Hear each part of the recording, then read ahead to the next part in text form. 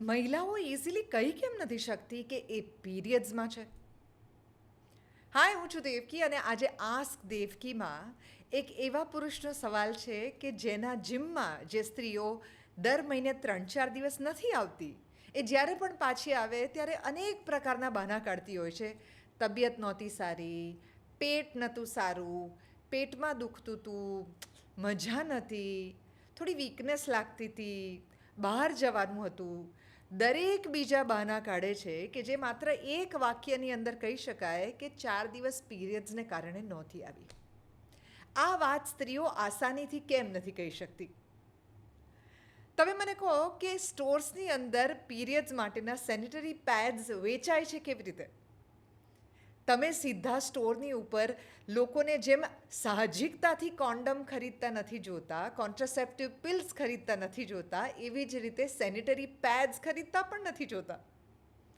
આ બધું જ પ્રોટેક્શન માટે છે અને તો પણ એને સૌથી વધારે હાઈડ કરવામાં આવે છે.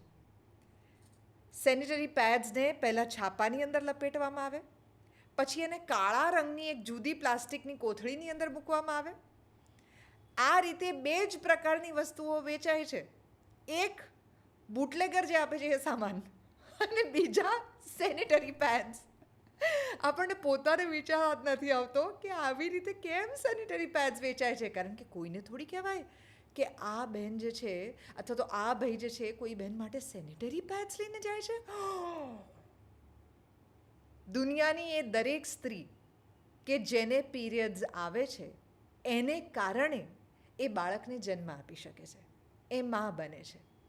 અને એ દરેક વ્યક્તિ કે જે સેનિટરી પેડથી શરમાય છે એ પોતાની માના ઉદરમાંથી દર મહિને આજે રક્તસ્રાવ થયો છે એ એક વખત અટક્યો અને એને કારણે એ વ્યક્તિનો જન્મ થયો. માટે આ રક્તસ્રાવ સાથે બાળપણથી નહીં, જન્મ પહેલાંથી જોડાયેલો છે એ જીવ. આપણે ત્યાં ભારતની અંદર એવા મંદિરો છે કે જ્યાં યોનિની પૂજા થતી હોય. આપણે જ્યારે શંકર ભગવાનના લિંગની પૂજા જોઈએ છીએ ત્યારે નીચે તમે જોયું હશે એ યોનિ છે. પાર્વતીજી સતી યોનિ અને ઉપર શિવ એટલે કે લિંગ. આ શિવલિંગ જે છે એની પૂજામાં તમે બંનેની પૂજા જુઓ છો. જ્યાં ધર્મની અંદર આપણને આપણા બોડીના આ બંને ઓર્ગન્સ જે છે જે જન્મ આપે છે એની પૂજા જ્યાં જડાયેલી છે, ત્યાં આ એક એવી બાબત છે કે જેને ખૂબ ટેબુમાં રાખવામાં આવી છે. અહીંયા હું કોઈ ધાર્મિક કોમેન્ટ નથી કરી રહી, મારું એના વિશેનું કોઈ જજમેન્ટ પણ નથી, માત્ર મારું એક સાદું ઓબ્ઝર્વેશન છે. આપણને ધર્મની અંદર એ દરેક વસ્તુ સાધારણ કરીને, સ્વાભાવિક કરીને તમે બહુ ઇઝીલી એક્સેપ્ટ કરી શકો એવી રીતે આપવામાં આવી છે, અર્ધનારેશ્વરથી લિંગ અને યોનિ સુધી. પણ આપણે કદાચ એનો મૂળ અર્થ, મૂળ મર્મ સમજવા માટેની મહેનત નથી કરતા. ને એટલા માટે પણ આજે કેટલાય ફેમિલીઝની અંદર મારે આજે અડવાનું નથી કહીને સ્ત્રીઓને છેટી રાખવામાં આવે છે. સ્ત્રીઓ પોતે જ પોતાની સાથે જે બીજી સ્ત્રીઓ છે એને છેટી રાખે છે અને પોતાની આવનારી પેઢીને પણ એ જ શીખવાડે છે. બહુ જ સ્ટ્રોંગ માન્યતા છે કે આમાં આભડછેટની જરૂર છે જ છે. એવા સમયમાં કે જ્યાં હેન્ડ સેનિટાઈઝર્સથી લઈને સોપ્સ સુધી તમારા શરીરને તમે શુદ્ધ બેક્ટેરિયા લેસ રાખી શકો એવા દરેક ઓપ્શન્સ આવી ગયા હોવા છતાં તમારે હવે કેટલા ગાઉ દૂર બેડા ભરીને ઊંચકીને દૂરથી આવવાનું નથી, ખેતરની અંદર મજૂરી કરવાની નથી, અનાજને દળવાનું નથી. એ બધો શ્રમ કે જે શારીરિક રીતે ખૂબ અઘરો પડતો હતો, એ બધી જગ્યાઓ કે જ્યાં તમે એ સમયની અંદર તમારા બોડીમાંથી જે પણ ખરાબ રક્ત બહાર આવે છે એ રક્તને અથવા તો પોતાની જાતને સતત હાઇજેનિક રાખવા માટે બાથરૂમ્સ પણ નહોતા, ચેન્જિંગ ઓફ ક્લોથ્સ પણ નહોતા, સેનિટરી પેડ્સ પણ નહોતા, એવી જગ્યાઓ પણ નહોતી કે જ્યાં તમે ડ્રાય રહી શકો, એ જગ્યાને ડ્રાય રાખી શકો કે તમારી આસપાસ તમે આ કપડાં બહુ ઇઝીલી સૂકવી શકો. એવા સમયમાંથી આપણે બહુ દૂર આવી ગયા છીએ. અને તો પણ આપણે આપણી કેટલીક એવી જડ માન્યતાઓને એવી પકડી રાખી છે કે સ્ત્રીઓ ઇઝીલી એ નથી કહી શકતી they are going through there period time of those 4 days કે જેની અંદર એમના શરીરમાંથી રક્તસ્રાવ થશે. મેન્સ્ટ્રુપીડિયા નામની એક બહુ જ સરસ મજાની પહેલ એ તુહીન કરીને એક છોકરો અને એની ગર્લફ્રેન્ડ એ લોકોએ કરેલી. આ લોકો NIDની અંદર ભણતા હતા. When Tuhin started dating his girlfriend ત્યારે એને પહેલી વાર ખબર પડી કે મહિનામાં 4 દિવસ સુધી સ્ત્રીઓને આ પ્રકારનો રક્તસ્રાવ થાય છે, આટલું બધું બ્લીડિંગ થાય છે, દર મહિને થાય છે, પોતે પ્યુબર્ટીમાં આવે ત્યારથી અને મેનોપોઝ આવે ત્યાં સુધી થાય છે, અને આટલું બધું બ્લીડિંગ થતું હોવા છતાં પણ આ સ્ત્રી મરી નથી જતી. તુહીનને પોતાને આ વાતનો આઘાત લાગેલો જ્યારે એના ઘરમાં એની મા અને બીજી 2 બહેનો હોવા છતાં ક્યારેય કોઈએ એની સાથે આ વિશે વાત નહોતી કરી. એટલે એણે અને એની ગર્લફ્રેન્ડે ભેગા થઈ અને મેન્સ્ટ્રુપીડિયા નામની આ એક એવી પહેલ કરી કે જેને કારણે તમે બાળકોને નાનપણથી જ ઇઝીલી સમજાવી શકો વિથ કાર્ટૂન્સ, વિથ એનિમેશન, કે ખરેખર સ્ત્રીના શરીરની અંદર શું બદલાવ આવે છે. અને આ બદલાવને સમજાવવો એ કેટલો બધો અગત્યનો છે ઘરની દીકરીઓ અને દીકરાઓ બંને માટે. વિમેન ડાયરીઝ કરીને મેં એક સિરીઝ કરેલી રેડિયોની ઉપર, જેની અંદર આજે મારે અડવાનું નથી આની ઉપર 100થી વધારે સ્ટોરીઝ આપણે શેર કરેલી એવી મહિલાઓની કે જે લોકોના આ અનુભવો જુદી જુદી પ્રકારના છે. મારી બેસ્ટ ફ્રેન્ડ, એના ઘરની અંદર પણ આ પ્રથા હતી, મારે આજે અડવાનું નથી. એ નાની હતી, એનો ભાઈ એનાથી 2 વર્ષ નાનો હતો. એ જેટલી વાર પીરિયડ આવવાના હોય, જે દિવસે સવારે આવે એ દિવસે બાથરૂમમાંથી બહાર આવે ને પછી આવીને મમ્મીને કહે કે મારે આજે અડવાનું નથી. એનો નાનો ભાઈ જે છે રોજ જ આ નોટિસ કરે. હવે એના નાના ભાઈને ખબર નહોતી કે આ વાક્યનો અર્થ શું થાય. એને ખાલી એટલું સમજાતું હતું કે આને કારણે દીદી જે છે એ બાજુમાં બેસી રહે છે, એને કોઈ કંઈ કામ સોંપતું નથી.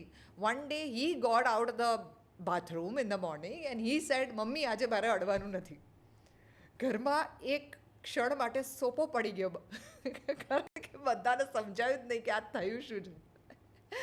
આ હતું પરિણામ ઘરની અંદર વાતો નહીં શેર કરવાનું. એવી કેટલી મહિલાઓએ એ વખતે વાત કરી હતી મારી સાથે કે જેમણે કીધેલું કે એમના બાળકો 10મા ધોરણમાં કે 12મા ધોરણમાં આવી ગયા છે અને હજી પણ મહિનાના એ 4 દિવસ એમણે પોતાના પિયર જવું પડે છે અને પોતાના દીકરાને કે દીકરીને સમજાવી નથી શકતા કે આપણે કેમ જઈએ છીએ. દીકરી હોય તો સમજાવી શકો, પણ દીકરો હોય તો શક્ય જ નથી, કારણ કે ઘરની અંદર આની વાત જ નથી થતી. દેર આર વિમેન કે જેના પીરિયડ્સ એટલા બધા પેઇનફુલ હોય છે કે સ્ત્રીઓ બેભાન થઈ જાય, સ્ત્રીઓ બિલકુલ ઊભી થઈને કામ ન કરી શકે. And then there are women કે જેમને ખબર નથી પડતી કે એમનો પીરિયડ આવ્યો ને જતો રહ્યો. આમાં PCOD, PCOS, આવા કેટલા બધા અલગ અલગ પ્રશ્નો પણ છે કે જે હોર્મોન્સની સાથે જોડાયેલા હોય અને એને કારણે સ્ત્રીઓ અનેક પ્રકારના ક્રેમ્પ્સમાંથી કે પેઇનમાંથી કે એકનેમાંથી, પિમ્પલ્સમાંથી, વેટ ગેઇનમાંથી, આ અનેક પ્રોબ્લેમ્સમાંથી પસાર થતી હોય છે. સેક્સ ખૂબ પેઇનફુલ હોઈ શકે એવા અનુભવો પણ થતા હોય છે. અને there has always been no space to talk about this. I am glad કે એક પુરુષે જ આજે મને અમારી ઓફિસના બિલ્ડિંગમાં જ આવીને વાત કરીને મને કહે કે તમે આસ્ક દેવકીની અંદર આના વિશે વાત કરી શકો. તો મહિલાઓ માટે શું છે કે સરળ થઈ જાય કે જિમમાં ના આવવાના હોય કે કોઈ જગ્યાએ ના આવી શક્યા હોય તો ઇઝીલી કહી દે કે અરે પીરિયડ હતો એટલે ના આવી. મારે એમને આ વાત કહેવી હતી કે જે મેં પોતે અનુભવેલી. એક બહુ મોટી બ્રાન્ડ છે આપણી, અને it's a mobile service provider, અને એના CEOને મારે મળવાનું હતું. હું head of new businesses manage કરી રહી હતી મારી રેડિયો બ્રાન્ડની અંદર. મને લઈ ગયા હતા એ ભાઈને મળવા માટે. He was the CEO then. He said કે મેં તમને રેડિયો પર સાંભળ્યા છે ને તમે બહુ બ્રેવ વાત કરો છો. તો મેં કીધું કઈ બ્રેવ વાત કરી મેં? એ વખતે આ સિરીઝ ચાલતી હતી મારે આજે અડવાનું નથી. એટલે એમણે કીધું કે ના, એટલે તમે હમણાં પેલું ગયા અઠવાડિયે જે આખું કેમ્પેઇન કરતા હતા ને, nobody was naming it. So I said, oh, the period diaries. અને એ રૂમની અંદર બધા જ પુરુષો હતા અને તમે જોયું હોય તો એ બધાનો ચહેરો સફેદ થઈ ગયેલો, including the person who was the CEO.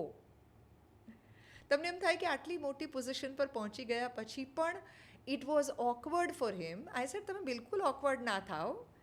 I menstruate, your wife menstruates, your baby daughter menstruates, your mother was menstruating, half of the planet menstruates. It's okay to talk about it. અને આજે એ જ વાત હું તમારી સાથે પણ share કરી રહી છું, that it's okay to say it. Especially if you're a woman, please just chill about it. તમે પોતે જેટલા કમ્ફર્ટેબલ રહેશો, આજુબાજુવાળા બધા વધુ કમ્ફર્ટેબલ થઈ જશે. અને તમારી આવનારી પેઢીને તો ખાસ આ કમ્ફર્ટ પાસ ઓન કરજો.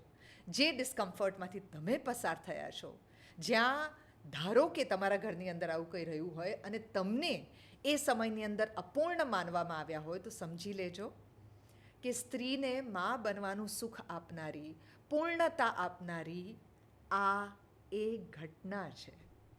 એને સન્માન ના આપો તો ક્યાંથી ચાલશે? મેન્સ્ટ્રુએશન વિશેની ઘણી બધી વાતો છે અને એના વિશેના ઘણા બધા પ્રશ્નો પણ છે, ઘણા બધા ડિઝીઝીસ પણ છે જેના વિશે પણ લોકોને નથી ખબર હોતી. Maybe in the series over the time એવા સવાલો આવશે ત્યારે આપણે એના વિશે વધુ વાત કરીશું. તમે કોઈ પણ વિષય પર મને સવાલ પૂછી શકો છો આ સિરીઝની અંદર, જેનું નામ છે આસ્ક દેવકી. અને યુટ્યુબની ઉપર હું આ સવાલોના જવાબ આપું છું. તમે તમારો સવાલ જે છે એ કોમેન્ટ સેક્શનમાં પણ લખી શકો છો. અને if you want to hide your identity, you can always email it to me on rjdevki@gmail.com. તમારી આઈડેન્ટિટીને હાઇડ કરીને પણ એ સવાલનો જવાબ આપી શકાશે કે જે સવાલ કદાચ એક વ્યક્તિએ પૂછ્યો હોય પણ જવાબ અનેકને મદદરૂપ થઈ શકે. Thank you.